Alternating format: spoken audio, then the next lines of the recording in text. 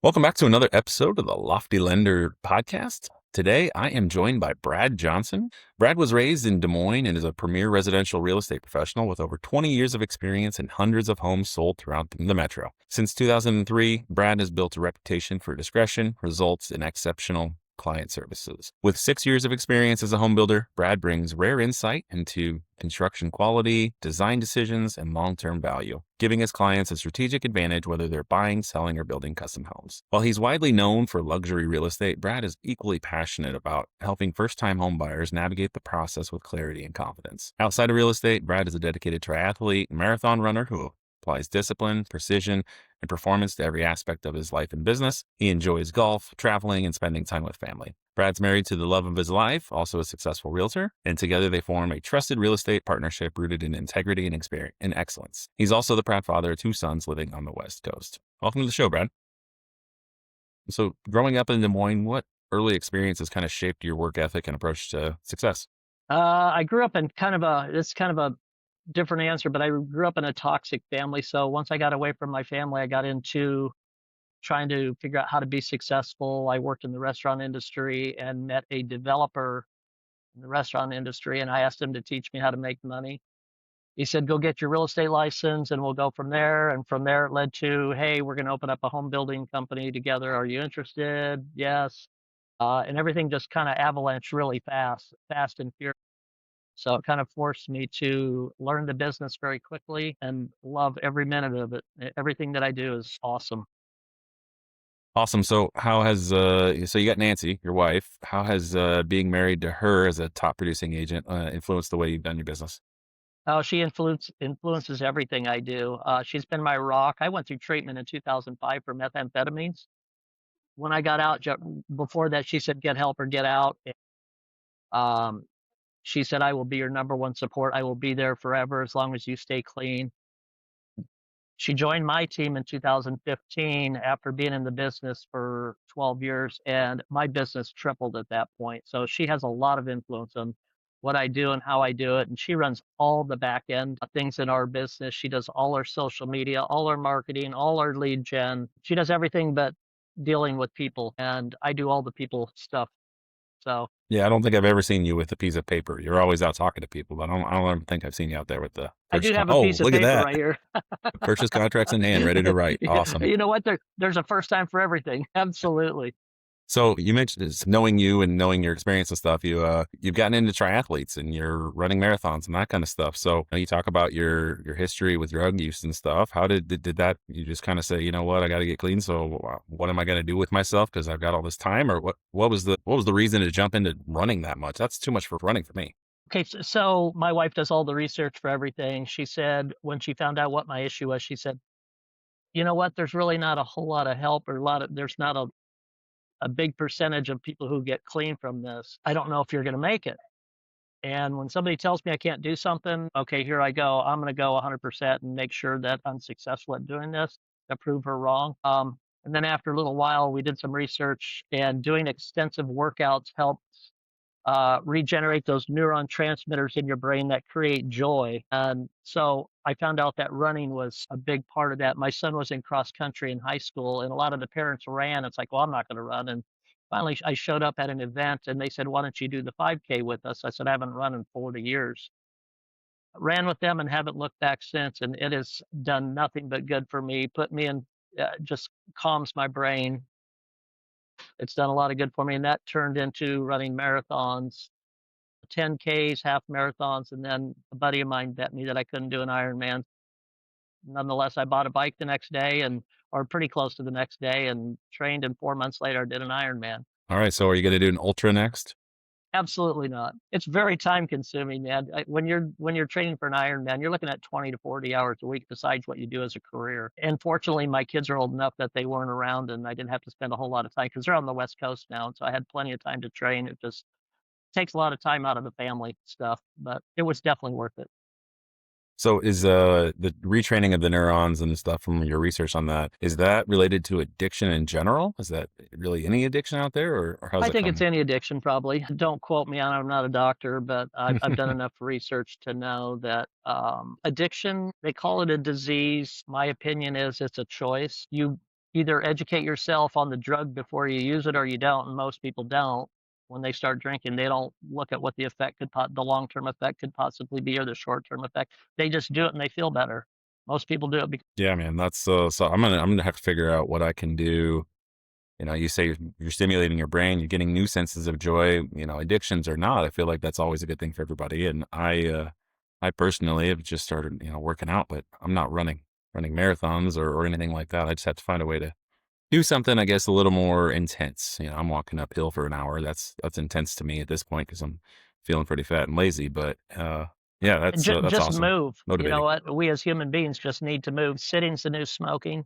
So just do something. And most addicts, their addiction really isn't their problem. Their problem was rooted way deeper than that. It was usually childhood trauma or something where they just wanted to suppress a bunch of feelings. And so that happened to be the addiction that they used to get away from that. So my new addiction is running, biking, and working. I do real estate 24/7, excluding Saturdays. I work every day but Saturday if I can help it. Otherwise, I'd work every day. Your wife doesn't let And you. it's really not work either, by the way. So, I um, mean, when you enjoy what you do, what is work? absolutely.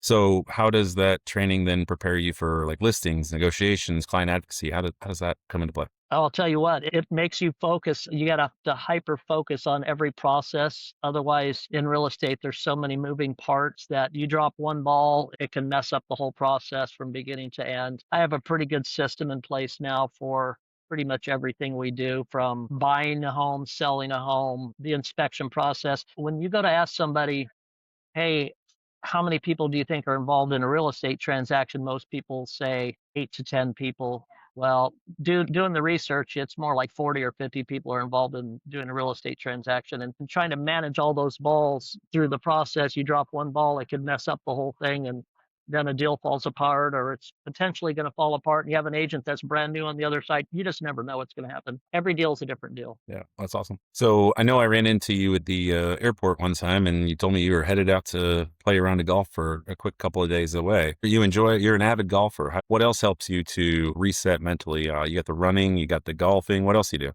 I run, I golf, I bike, I swim. My wife and I go to the Civic Center as often as we can. We go to plays frequently. That's pretty much all I have time to do. We travel to the West Coast. Both my boys live in Seattle.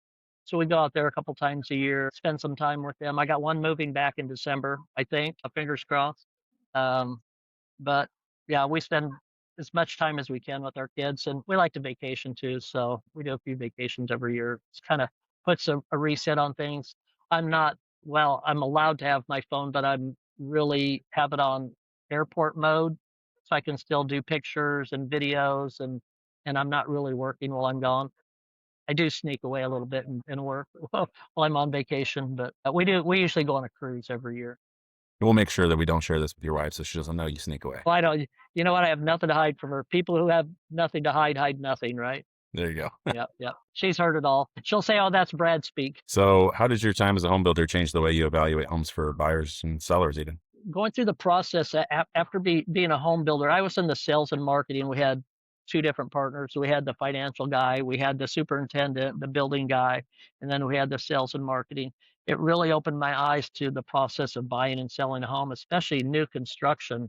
You have all the different loan programs that are out there. You have a construction loan going to the end loan. You have some builders that will carry the whole loan through the whole process. It was just a So you mentioned quality construction. I'm sure there's other little details that you kind of think about or notice that a lot of buyers don't. I remember walking through a house the first time with a realtor. He you know, went downstairs and looked at the HVAC unit right away and wanted to fill me in on something that I had no idea about. What kinds of things do you maybe pay a little bit more attention to that most buyers or maybe even some other agents are not noticing as you're showing maybe a first time home buyer those houses that you're seeing? there's a lot of different things I do when I'm looking at a house. For instance, when I walk into a basement, and the disclosure says it's a dry basement, you can find all these little things along the baseboards if it's not a finished basement, or if it is and it's got some framing. You can see if there's been water stains on the floor, if there's water stains on the baseboards, just those little things.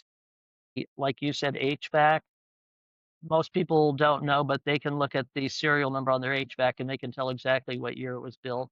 I think Lennox is just on the serial number the second 2 numbers are the year. A man is a little different. I think that might be the first 2.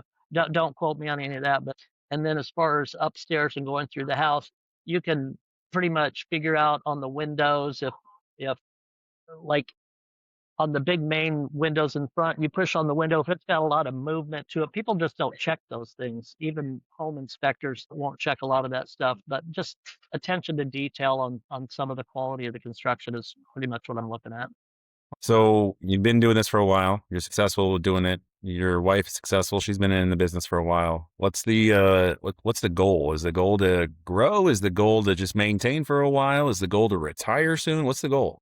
That's the dirty little secret right now that I'm working on. I'm not sure if I'm ready to unveil what the final goal is, but yeah, I'll just put a little snippet in there. There's a possibility of a property management company coming along here before the end of the year.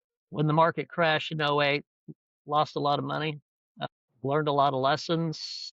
Uh, Therefore, I'm not retired. But again, I don't feel like I work every day because I love what I do. But I have a few opportunities coming up this year that I'm going to take advantage of and try to help another segment of people, I guess, for lack of a better term. Yeah, I kind of have been thinking about this a lot lately. There's a product that's been out there a while. It's really being pushed by a lot of the investors these days, which is the DSCR loan or debt service coverage ratio. Most of them are closing in an LLC, and they're qualifying them based on does the property rent for more than what the mortgage payment is. And while they're in an LLC, they're in a business.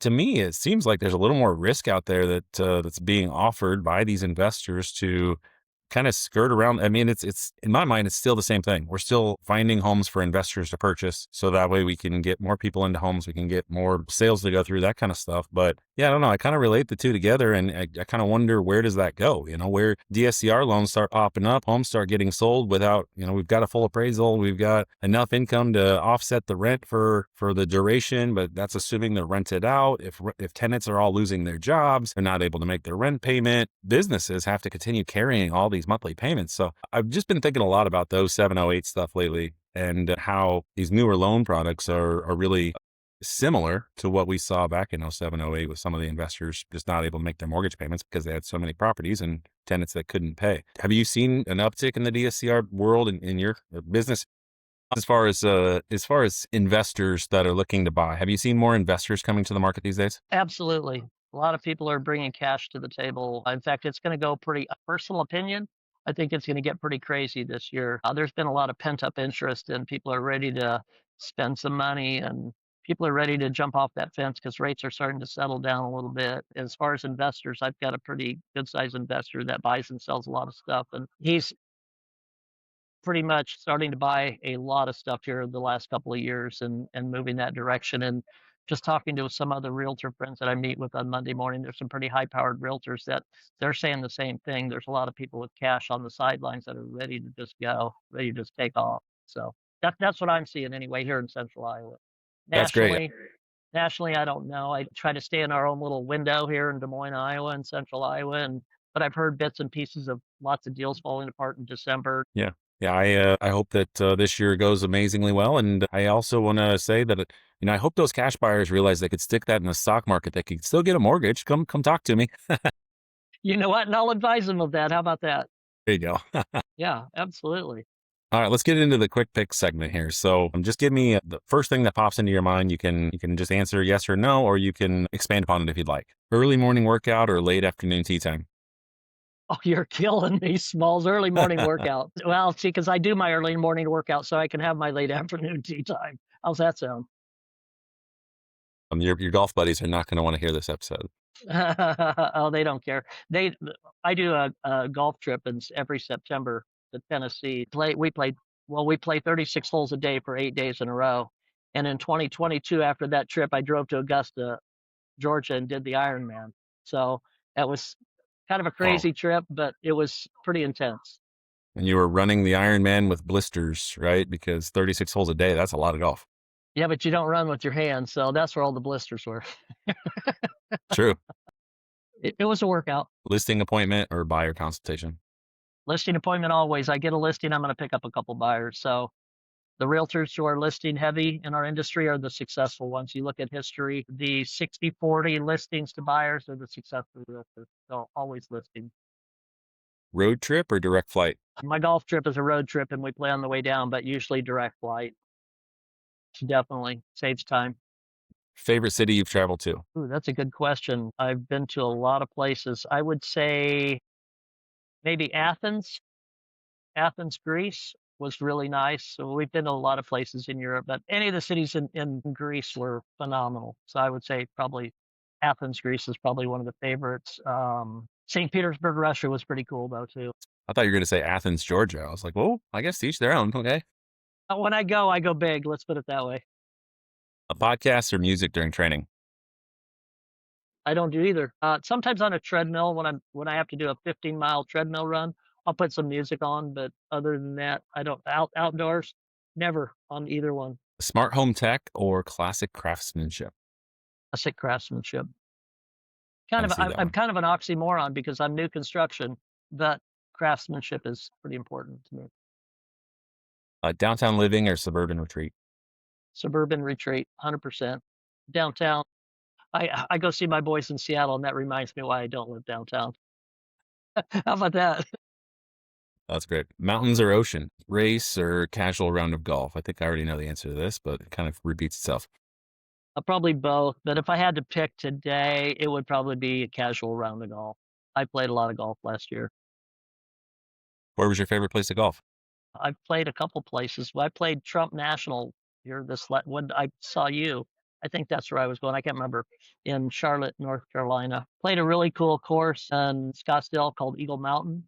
That was pretty cool. As far as my favorite place to play, I would probably say Trump was pretty cool. I've heard of this course. I think it's in California where you tee off and then you have to take a helicopter down to the green. Have you played that one yet? Oh Lord, no. But there's some pretty brutal holes in Pebble Beach as a pretty cool course from what I hear. So never played there though. Well, being 6'10", my swing path is pretty nasty and it's never consistent. I'm just realizing that, everybody in our business seems to golf. I mean, you don't go out and just play pickup basketball, but I really kind of think I need to find my tribe of people that just want to go play pickup basketball in this industry because golf is just, it's not for 6'10" guy. It doesn't work. Well, they have coaches for everything, right? Eh, They do, just but just so you know, I have a good connection for a really good golf coach too, and he's really not that expensive. So maybe I would love it more if I could do that. I offer that to a lot of my clients as part of a kind of a gift, Hey, here's a few lessons for you. And then they end up taking more and more. And then now they're going, I don't know why I let you do this to me because now I want to play golf all the time. So It's like my wife. I bought her a color, some sort of color thing where I basically told her like, what colors match well with her skin and what makeup colors work well and things like that. And that was just a terrible gift idea because now all she wants to do is go shopping for new clothes and new makeups. And I just opened up a huge can of worms. So it sounds like the same thing. you know what though, when you're with your wife and they ask you a question, be honest. A lot of people say, well, you can't tell her she looks big in that outfit, but you know what? She'd rather you tell her that at home than go out and then realize because my wife, I tell her straight up because she wants the honest answer. Most people don't really want the honest answer, but I'll tell her like it is. Like, you know what? That doesn't look that good. And she'll tell me the same. She goes, you need to change your clothes because it's not color coordinated usually. So she dresses me before I go home. But I dressed up for you today. Yeah, I see that ugly Iowa State color. I see that That saw it was a right away. beautiful thing for you, wasn't it? Boy, Brad. Vanilla ice cream or chocolate ice cream? Vanilla. I can always add chocolate. Chocolate, you can't add vanilla, right?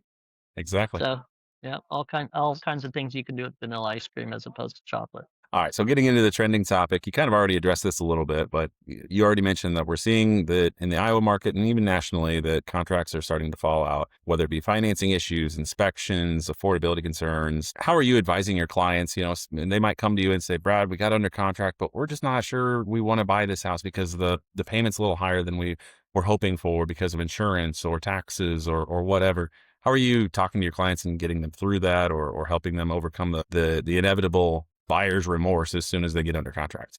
Okay, so that's a great question. And I'll answer like this. The number one thing I do in my buyer consult is talk about lending and what the process is going through the lending process and what they need to do. And They need to find out what they can afford monthly, I mean, we go through in-depth detail of what that process is gonna look like. Because once we're involved and we're under contract, there's really not a whole lot that we're gonna be turning back on. You know, we might have some, that we need to address, but other than that, we're 100% moving forward on this deal. And if we write an offer on a house, part of my consultation is, once we write on an offer on the house and it gets accepted, shut off all your media on looking at houses, because there's always gonna be a better house. If you turn it off and don't look at it anymore, it's just going to make the process that much easier. Otherwise, we'll be going from house to house to house, and that's not how I do business. So it's more in my buyer consult. I nip it in the bud at the very beginning, and I can usually tell if somebody's kind of nervous, first time home buyer. They're not quite sure if they're making the right choice. And I invite them to get their family members involved, which other realtors don't like doing that because it opens up a can of worms. But I want them to know that I respect their relatives' opinions and other people's opinions, and they're making the right choice, because this is the biggest thing they're going to do in their lifetime until the next house, you know. And my business isn't just one transaction with those people; it's going to be multiple through their careers and their families. And I'm working on. I have a family that I did business with, and I'm working on their kids, and they've bought and sold multiple houses now from the kids, and it's kind of working its way down to the next generation. So it's not just the one transaction, it's multiple. So to answer your question, I deal with it in the very initial stages, so I don't have to deal with it in the middle. Not to say that it doesn't happen. Yeah, well, I love that tip you just gave out about turning off your social media or stopping your searches on all the other houses. I don't think enough people are doing that. And I oftentimes have seen where somebody gets under contract and, oh, but I just found this other perfect house. I want to go see that one instead. And it's all the time. It's incessant how frequent that happens. So I love that idea. It's a real easy answer. You want to go look at this house, get another realtor. We're under contract. You're going to lose your earnest money. You could go to court. How about that for an answer? If we don't set some boundaries, people are going to run the show. I mean, not that they don't already, but you have to set some parameters for the people. Otherwise, it's like a puppy dog. They're just going to lead you here until you stop them, right? So if you talk about it at the very beginning, you probably won't have that problem. Love it. Awesome. Well, Brad, thanks for joining the show today. Do you have any, I guess, if people want to get a hold of you, they want to learn more about you or they want to work with you, how can they get a hold of you? 515-480-4386. Lighthousebuilder at AOL.com, LIGHTHOUSEBLDR at AOL.com. Super easy. I'm super responsive. That's the other thing why I'm very successful is because I have a great line of communication with almost absolutely everybody. Awesome. Well, Brad, thanks again for joining us today. If anybody has any questions, feel free to reach out to Brad. Otherwise, it was a pleasure having you on the show, and we hope everyone has an awesome rest of your week. We'll see you next time on The Lofty Lender. Enjoy your weekend and golf soon, right? Absolutely. All right, man. Have a See great ya. day. Yep. See you. Bye.